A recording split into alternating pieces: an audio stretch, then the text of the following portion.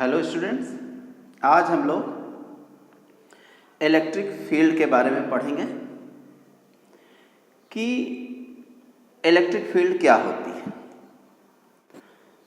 यानी हमारा आज का जो टॉपिक है वो है इलेक्ट्रिक फील्ड। तो देखिए, किसी भी बॉडी को पुश करने के लिए जरूरी क्या है? कांटेक्ट। बिना कांटेक्ट के हम किसी भी बॉडी को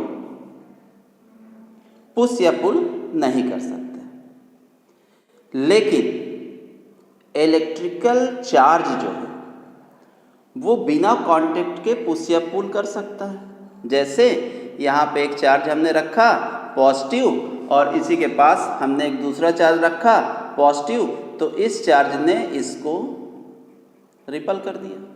या इसी के पास हमने रखा निगेटिव, तो ये चार्ज इस चार्ज को अपनी तरफ अट्रैक्ट कर लिया। कैसे पुश कर सकते हैं? जबकि पुश या पुल करने के लिए कांटेक्ट इज अ मस्ट। बिना कांटेक्ट के पुश नहीं हो सकता, फोर्स अप्लाई नहीं हो सकता। तो हमने इसके लिए एक नई चीज इमेजिन की। हमने सोचा कि ये जो चार्ज है ये अपने चारों तरफ कुछ ऐसा क्रिएट करता है जो कि पुश कर सकता है, चीजों को पुल कर सकता है, फोर्स अप्लाई कर सकता है। We will say this we will call as effect of charge around it. There is one charge, it has effect around it. If any other charge come under this effect area or space, then this will attract it with a force or it will repel it with a force. This effect we have given it a name, electric field. What is the name given? Electric field. This space is electric field, and in this space it has its effect, because if that effect it applies a force on any other charge present over there, कोई इस effect के कारण ये जो charge है, कोई भी दूसरा चार्ज अगर यहाँ प्रेजेंट है तो उसमें क्या करेगा? फोर्स अप्लाई करेगा। Now this is electric field. Now we try to analyse this electric field. इसकी क्या क्या कैरेक्टरिस्टिक है? तो यहां पर देखिए, ये एक चार्ज है, यहां पर हमने एक पार्टिकल रखा, इनके बीच में कोई भी कांटेक्ट नहीं है। ये पार्टिकल एक्सपीरियंस ए फोर्स। हमने इस फोर्स को, इनके बीच जो लग रहा है, इसको मेजर किया। मेजर करके कैसे भी कर सकते हैं, स्प्रिंग लगा के किया। मान लीजिए this is a 10 Newton force. Similarly अब हमने इसकी जगह पे एक दूसरा पार्टिकल रख दिया। This body experience A 20 Newton force. Now because of this charge, what is field here? What is field here? तो फर्स्ट कितना फोर्स लगा रहा है? 10 न्यूटन। सेकेंड कितना फोर्स लगा रहा है? 20 न्यूटन। तो we made a rule, first body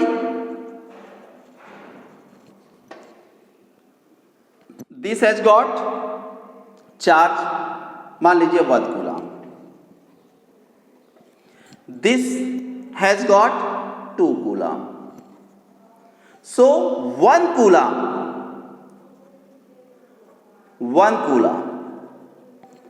experience a force of 10 Newton and 2 coulomb experience a force of 20 Newton. So charge of the second body is effective. कहने का मतलब कि force on a body depend upon the charge. अब why it is being attractive? Because this is applying a field around it and this electric field apply a force. तो electric field क्या करता है? Electric field दूसरे पर force लगाता है. तो फोर्स कौन लगा रहा है? Electric field. अब हमें उस इलेक्ट्रिक फील्ड का मेजरमेंट करना है. तो first we will write what is electric field. तो electric field is space around a charge where its effect can be experienced.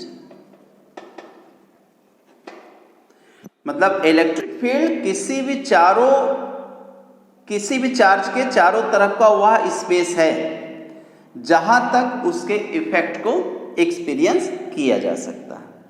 अब this effect may be strong और वीक. ये अच्छा स्ट्रांग भी हो सकता है एंड वीक भी हो सकता है. तो ये स्ट्रांग और वीक को मेजर करने के लिए हमने एक नई क्वांटिटी बनाई और इस क्वांटिटी को हम बोलते हैं इंटेंसिटी ऑफ इलेक्ट्रिक फील्ड. यानी the effect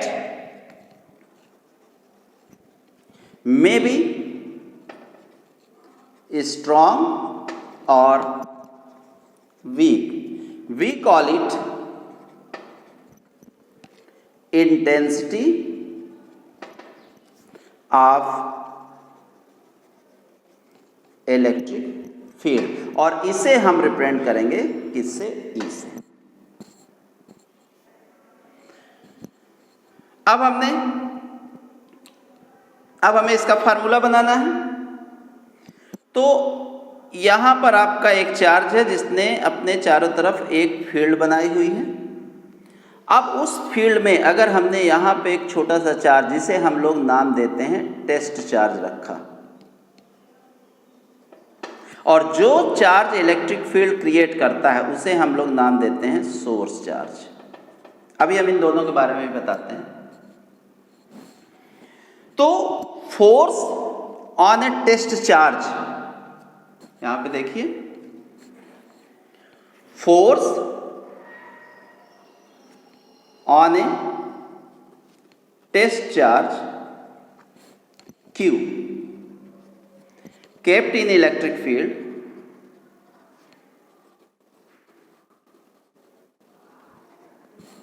of intensity E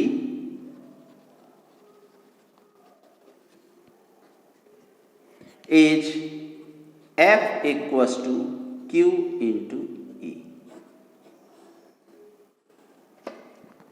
अब यहां दो चार्ज हमें मिले, एक सोर्स चार्ज और दूसरा टेस्ट चार्ज. तो यहां पे आपको ध्यान देना है सोर्स चार्ज क्या होता है. सोर्स चार्ज का मतलब होता है जो क्रिएट करे. क्या क्रिएट करे? Electric field. सोर्स चार्ज का मतलब जो इलेक्ट्रिक फील्ड बनाता है उसे हम लोग क्या बोलेंगे? Source charge. और वो इलेक्ट्रिक फील्ड कितना स्ट्रांग या कितना वीक है उसको बताता है टेस्ट चार्ज. यानी उस इलेक्ट्रिक फील्ड को टेस्ट करता है. क्या टेस्ट करता है? कि वो इलेक्ट्रिक फील्ड कितनी स्ट्रांग या वीक है। अब जैसे मान लीजिए ये एक सोर्स चार्ज है, अब हमने यहां पर एक टेस्ट चार्ज लाया। फिर से बोल रहे हैं, देखिए सोर्स चार्ज का मतलब विच क्रिएट इलेक्ट्रिक फील्ड, और टेस्ट चार्ज का मतलब वो इस इलेक्ट्रिक फील्ड को टेस्ट करेगा कि वो कितना स्ट्रांग या वीक है। अब देखिए ध्यान से, हमने यहाँ पे टेस्ट चार्ज रखा। अगर टेस्ट चार्ज में फोर्स लगेगा तो हम कहेंगे कि यहाँ पर इलेक्ट्रिक फील्ड है, और अगर नहीं लगेगा तो इलेक्ट्रिक फील्ड नहीं है। तो ध्यान रखिएगा, लगा नहीं लगा वो अलग चीज है। फील्ड अगर स्ट्रांग और वीक है तो उसके लिए हम वर्ड यूज करेंगे क्या, इंटेंसिटी ऑफ इलेक्ट्रिक फील्ड। क्या बोलेंगे, intensity of electric field which is due to this source charge. If I put a test charge Q here, what is the force experienced by this charge? तो हमने formula क्या बनाया, F equals to QE. This is the force on this test charge.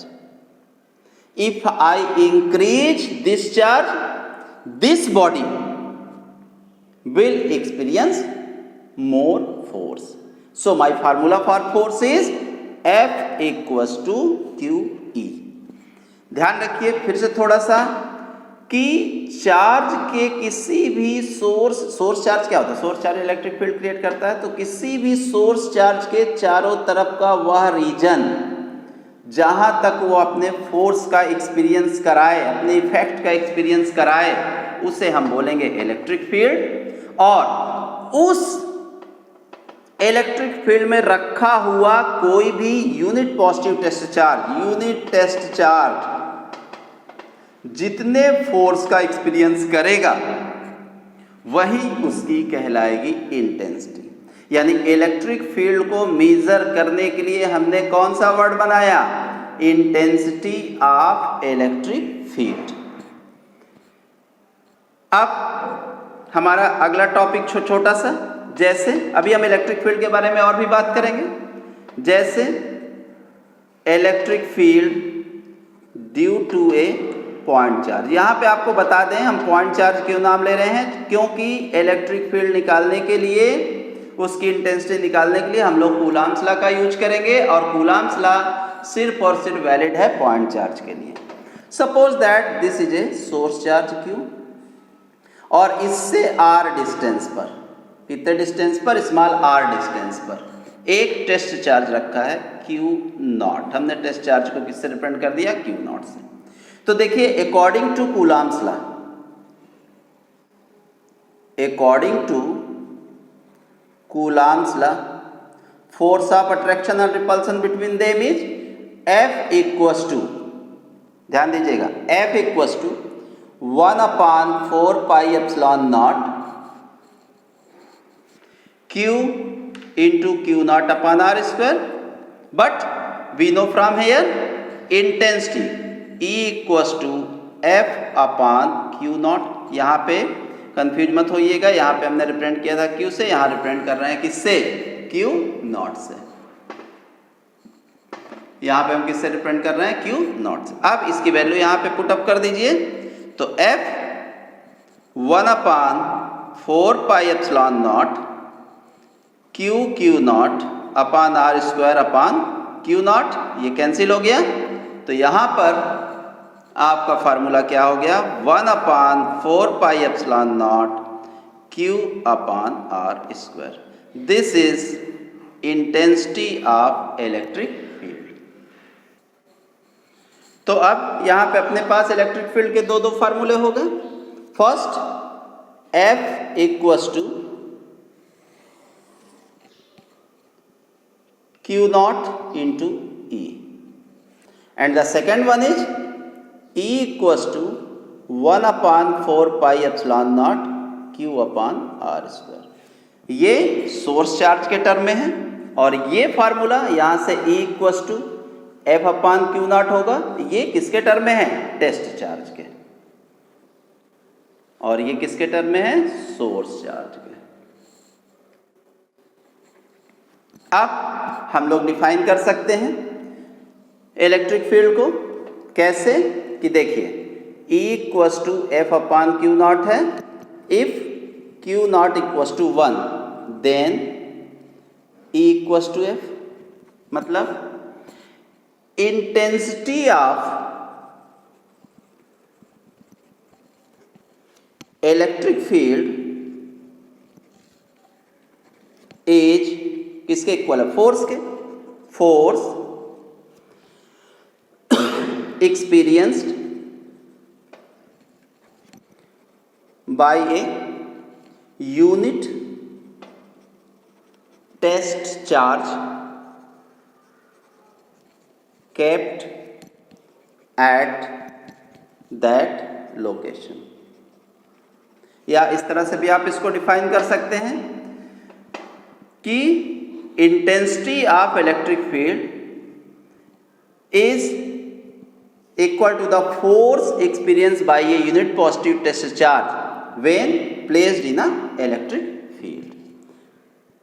तो कहने का मतलब electric field जो है वो फोर्स लगाता है।